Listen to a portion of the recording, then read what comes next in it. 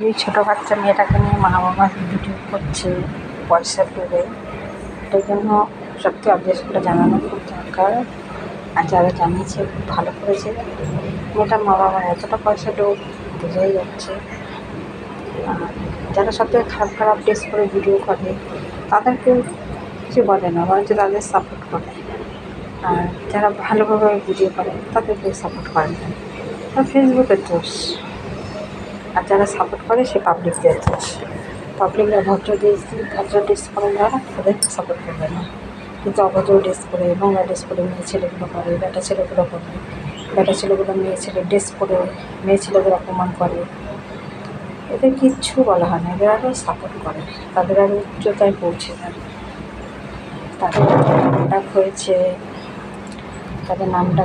তাদের তাদের টাকা পয়সা ইনকাম হচ্ছে, আর তাদেরকে লোক সাপোর্ট করে যাচ্ছে। এটা কি অন্যায় না?